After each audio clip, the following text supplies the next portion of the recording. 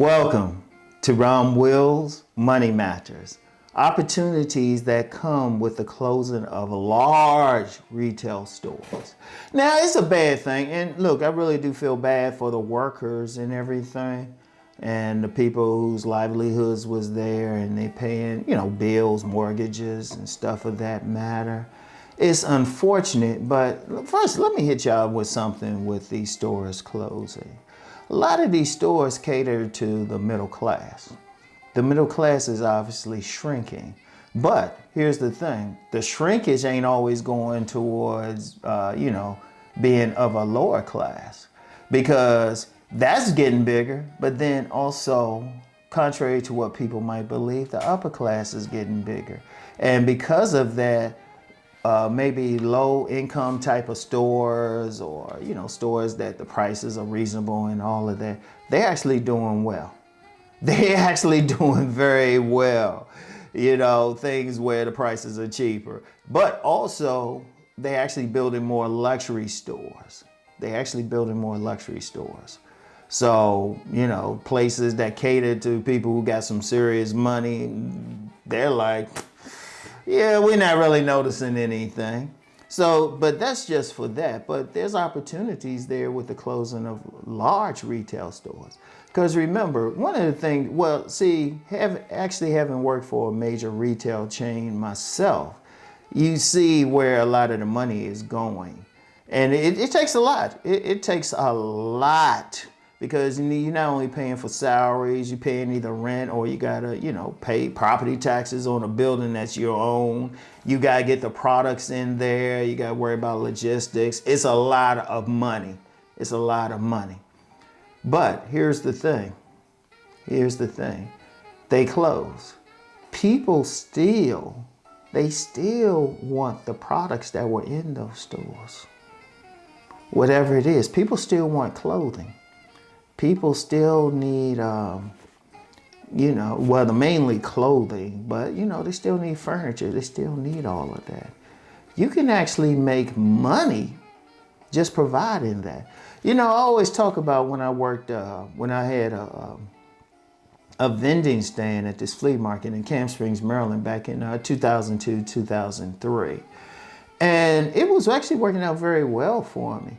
But we had a bunch of other places, but there was one spot in there, a pretty large spot, Asian owned. All they sold was furniture. And, where my stand was, it was right by the door. And I would constantly have the owner of that little store always bringing out some, he had a little, a flat that he could put the furniture on and take stuff out to people's cars. And they were doing very well. And the daughter of that guy, she kind of had a crush on me. So she would kind of hang around sometime, right? She would come around my table a lot. And I was just talking with her and I asked her, I said, oh man, so where's your other spot? She was like, nah, this is it. They basically, the place was only open on two days a week. Saturday and Sunday. And they made all their money just from that. It's because people still needed furniture.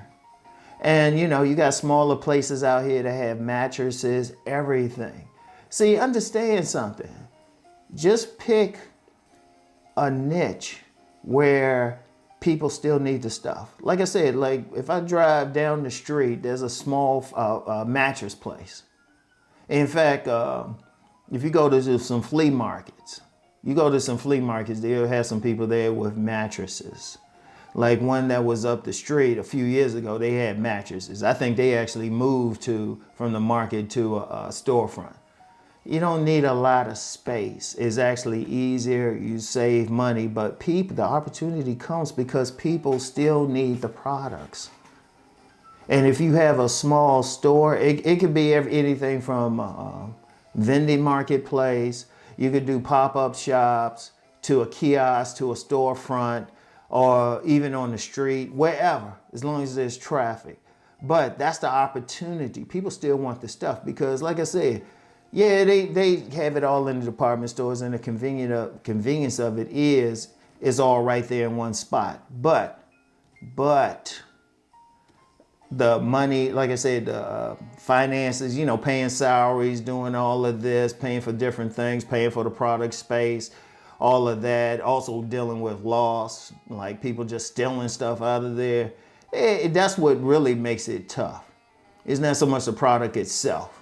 And they gotta do serious weight. But if you have a small place selling the same things, one, you're gonna probably have to pay for the products, you know, and you can get them wholesale or something like that. But you don't have to pay as much. You don't have to pay for, like, you know, some truckers or anything like that. Yeah, you pay for like delivery and everything, but depending on what it is, hey, it might be something that you're making out of your own house. I've talked about having a machine just to print t-shirts up, or just getting products and stuff. You can make soaps. I always say soaps. You know, I love soaps. But all you have to do is still sell it, just being in the right location. And contrary to popular belief, most jobs are created through small businesses anyway. You just have to have the right thing and keep the operation relatively small. In fact, I'm gonna tell you what, some of the stores that are still opening and still open and even expanding are actually smaller retail shops, retail chains. They might have just a small store in different malls. There's a couple I'm thinking about now. Every mall I go to, I see them, and they selling primarily women's clothes. But it's small to the point they cater to a certain niche. And yeah, the large stores can close, but then you got these stores. And then when you have a small business, you actually have better customer service. And you can create a better customer base because you can talk to them directly. You can have an idea.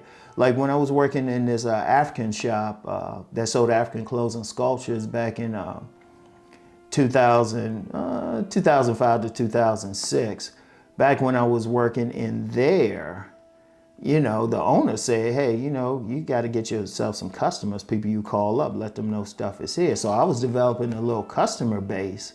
And when you have a key for any business is steady customers. So you actually got an opportunity there. You can build up a better crowd. You get to know them. You know exactly what they want. And they were the type, say, and sometimes even when they don't really need something, they might just buy something just to, you know, just to keep in support. They might just buy something small, even if they don't need something right then, just to keep you in support. Oh, and then definitely if you got a business, if you selling food, yeah, you should be insulted if you don't get repeat customers if you selling food. You should be insulted and maybe get into another business. Shoot, that's another video. But the thing is, yes, these stores are closing, and yes, you can feel bad for the managers and workers and everything, and this is what I would say to them. They need to think entrepreneurially. You know, maybe if somebody was working in like the men's department of a department store that's going out of business, maybe they know how to sell men's clothing. Like where I live in Bel Air, there's a store, I can't think of the exact name, and it's on, it's just right off the main street in Bel Air, but they are actually doing well. They're actually doing well, and all they do is sell men's clothing. They're not even on the main street, but great customer service, everything. Then customers keep coming back. That's the key. That's the key. So there's always opportunity. Yeah, the stuff is closing, but people still need the products. And that's how you have to think. So you supply the products or the services, you can make plenty of money for yourself. I want y'all to think on it. So that's all I have for today. Y'all know the deal. Let's go make that money.